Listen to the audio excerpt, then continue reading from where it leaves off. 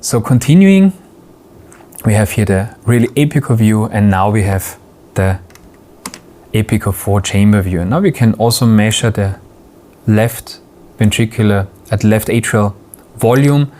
We already have seen we do not have the left atrial volume, so a personal standpoint, also what the guidelines say, always measure the volume. Above 34 milliliters per square meter is dilated, which is a sign that there's a higher morbidity of the patient.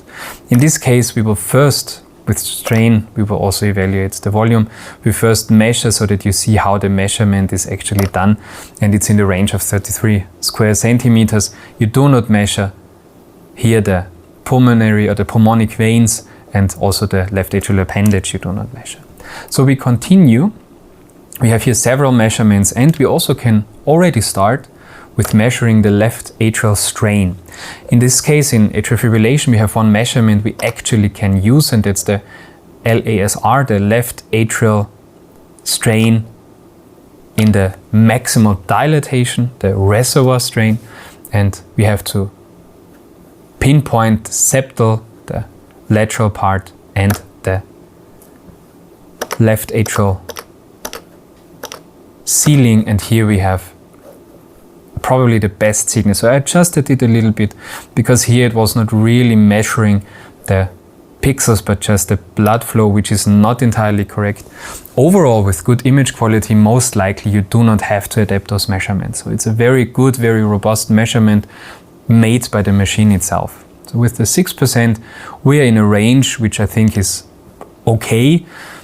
So it's definitely pathological, but I mean the measurement looks okay enough to take it. And we know that his left atrial strain is in this range, so it's definitely reduced, but we also know that's unfortunately his state, because he simply also has atrial fibrillation for a longer time, so there's also fibrosis of the left atrium. We cannot continue with this, we just have to remember where we are, and then we continue with a 2-chamber view. So we have to find a 2-chamber view, and here as well we measure the left atrial strain, and it tells us to do the basal inferior part, which is here, the anterior basal part, and again the ceiling of the left atrium.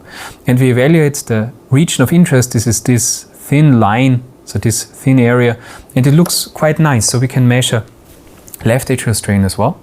And we do have here now 2 measurements. The 4-chamber, the 2-chamber view, 4-chamber is a little bit lower than the 2-chamber view. This is the conduit, we do not need it. This is the contraction, we do not need it because there is no A wave in the E to A ratio, because it's atrial fibrillation. There is no atrial contraction per se. So we have to only use this one, the reservoir strain. It's 7%, so that's definitely severely reduced, but it is in the range of the patient we already know. So we can accept this measurement, and here the measurement looks actually quite nicely. Again, the left atrial appendage, the pulmonic veins, they are there, but even though this is the structures are very thin and there are so many things you cannot measure, still the measurement is very robust and it actually works amazingly good. To continue our whole evaluation, we have to remember where we were to go back, and we were in I think here. Again, we have the color Doppler for the tricuspid valve. We do not see a signal. Here we have the mitral valve. We have no relevant MR. And the measurement for the tricuspid regurgitation, also that I wouldn't do. So the active mode should always stay the same. If you do that, you can interpret here could be TR, here could be TR, but that's simply a guessing game. So that you don't want to do. Continuing, we evaluate more and more situations. The pulmonic venous signal we cannot evaluate. We simply do not see it. But now we can also measure the right atrium. We also can measure the right atrium. First of all, here we can measure the area, not the volume. We can also measure the volume, of course, but also the area is still valid by means of guidelines. 25 square centimeters is dilated. Here I probably underestimated a little bit. Here maybe overestimated a little bit. So we always do it on the computer, so here it's a little bit inaccurate, so you should have gone really to the ceiling of the right atrium as well. Here we can also measure the right atrial strain, which I do love as a measurement per se, because I also think it's very robust and shows right atrial pressures and is like the left atrium, the HbA1c of the atria. And here we go to the 4-chamber view. We do the septal basal, the lateral basal, so we have the different orientations, so that's for me to remember. And here we process again, and then we take a look how the signal actually looks like.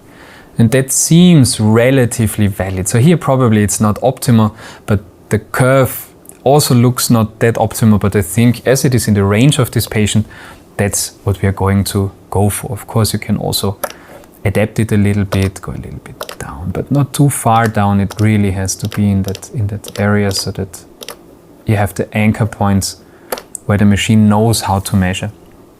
Let's take another look. Yeah, so it's in a similar range, so we simply go for this measurement. It's definitely reduced again, but we know that in this patient it's always in the range. So the R strain, so the right atrial reservoir strain is always in the range of 15, 16, 17%. So this is also a measurement which in his case is normal. Here we would have another possibility to measure the right atrium, but we have too much of the aortic valve already there. So I wouldn't do the strain measurement here. Then we do see there is no relevant TR. This is the TAPSI measurement, the tricuspid annular plane systolic excursion, which is simply off, so I wouldn't measure here. We also used tissue Doppler imaging to differentiate where you actually have the TAPSI and where there's more movement towards the other way. So this is color Doppler, tissue Doppler coding, but still I wouldn't measure the TAPSI here. It's just also a guessing game. For the S prime, we go to the tricuspid valve and we measure the S prime over here, and it's in the range of 11-12 centimeters per second, which is entirely normal.